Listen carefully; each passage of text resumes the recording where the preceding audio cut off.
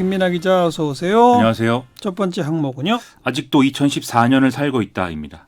2014년? 그렇습니다. 뭐 말이죠? 이 세월호 참사 관련 소식인데요. 어허. 오늘 세월호 참사 관련 허위사실 국회에 제출한 혐의 등으로 기소된 김기춘 전 청와대 비서실장이 징역 1년에 집행유예 2년을 1심에서 이제 선고를 받았습니다. 1심 선고가 오늘 있었군요. 그렇습니다.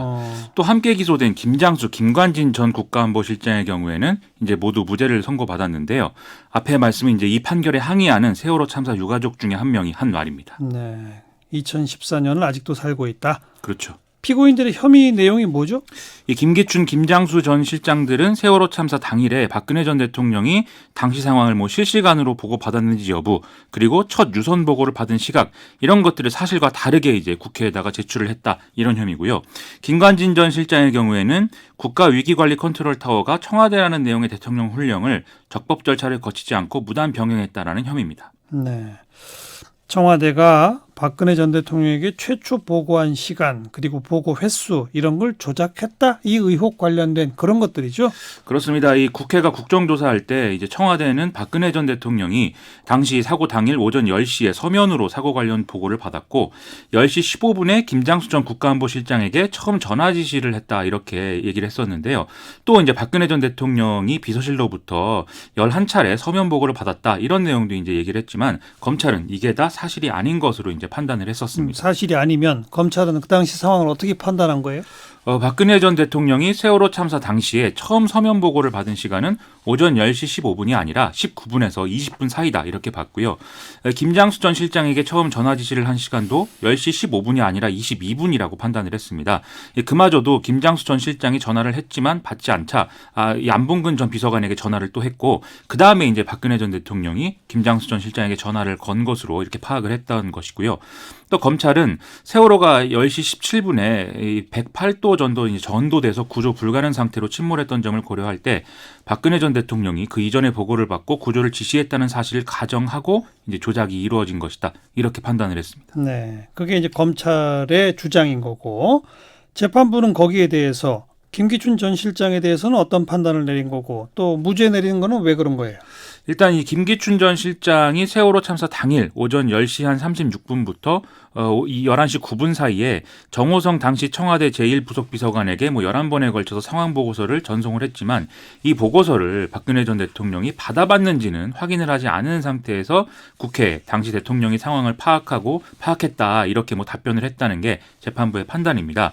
그리고 이것은 청와대의 책임을 회피하고 국민을 기만했다는 점에서 이제 책임이 가볍지 않지만 피고인이 또 고령으로 건강이 좋지 못하고 이미 다른 범행들로 실형을 선고받았다는 점을 참작해서 이렇게 양형을 정했다라고 밝히고 있습니다. 그리고 김장수 전 실장은 왜 무죄인 거죠? 이 김장수 전 실장의 경우에는 참사 당시에는 청와대 국가안보실장이었지만 2014년 5월까지만 이 직을 수행을 해서 국회의 질의에 답할 당시에는 이제 공직에 있지 않는 그런 상태였거든요.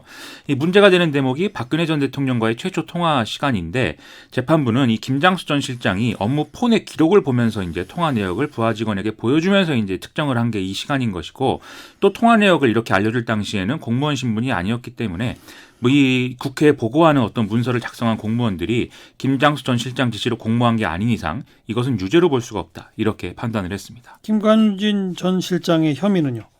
이 국가위기관리 기본 지침을 보면은 국가안보실이 이런 이제 재난 상황의 컨트롤 타워라는 규정이 이제 돼 있는데요. 이걸 바꾸려면 적법한 어떤 대통령 훈령 개정 절차를 거쳐야 가능합니다. 그런데 이걸 이제 볼펜 등을 이용해서 손글씨로 안전행정부가 컨트롤 타워다, 이렇게 써서 이 내용을 수정을 했고, 이후에 관계부처와 기관에 공문을 보내서 이 내용대로 지침을 삭제, 수정, 시행하도록 하는 데 관여했다, 이런 혐의였습니다. 거기에 대한 재판부의 판단은요? 이 김관진 전 실장은 당시에 청와대에 근무하지 않았기 때문에 이 사고 책임론에서 좀 비껴가 있는 상황이었고, 또 국회 답변 당시에는 국방부 장관을 겸직하는 상태였기 때문에 이 세월호 관련 업무는 당시에 이 국가안보실 1차장이 담당하는 상태에서 범죄를 묵인할 이유도 없다라고 재판부는 판단을 했습니다.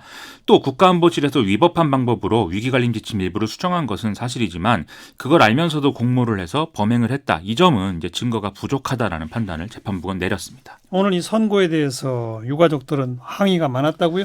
그렇습니다. 재판이 시작될 때부터 방청권을 받지 못한 유가족들이 법원 측과 마찰을 빚는 이런 상황들이 계속 벌어졌고요. 특히 선고가 내려질 때는 그야말로 격렬한 항의들이 좀 나왔습니다.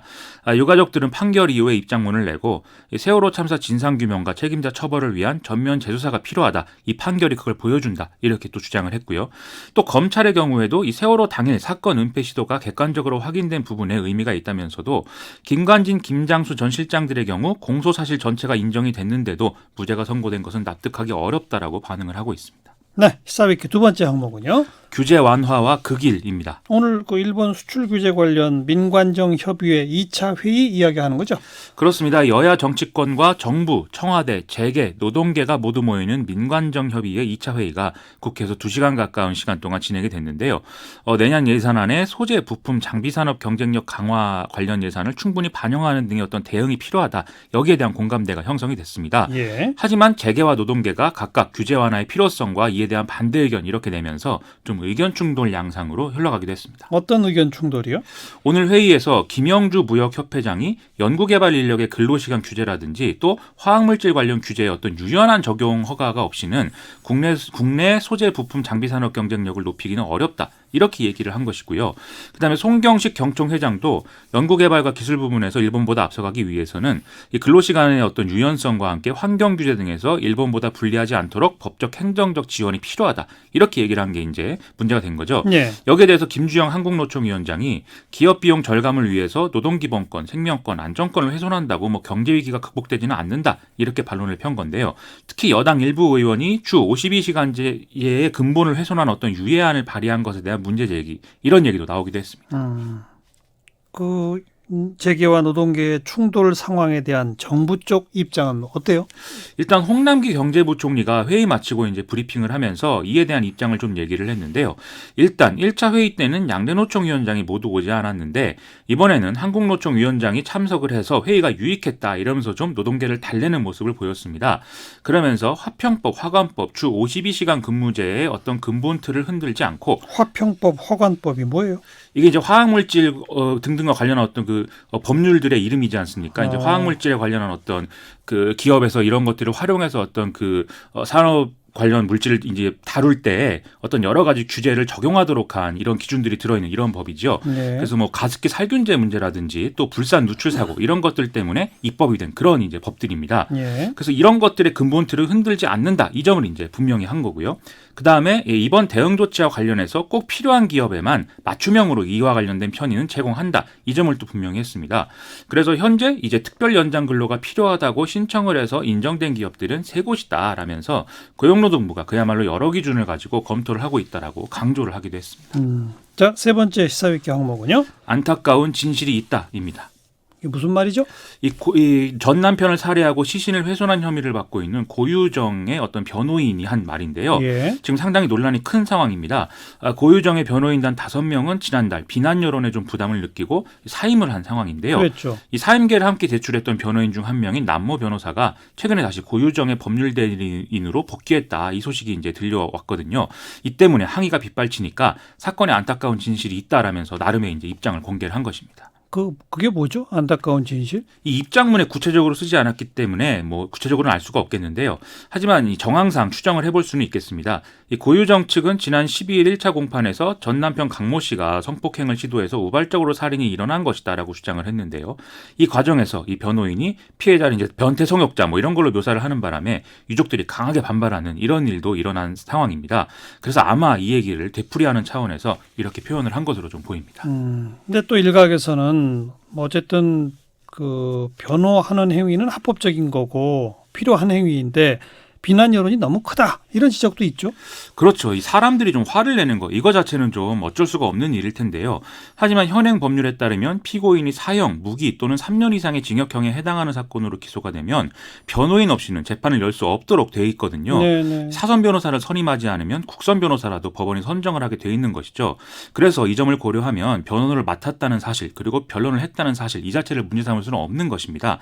다만 언론과 법원이 자극적인 방식으로 보도가 되지 않는 이런 방법을 좀 찾아야 될 것 같습니다. 네, 수고하셨어요. 고맙습니다. 김민아 기자였습니다.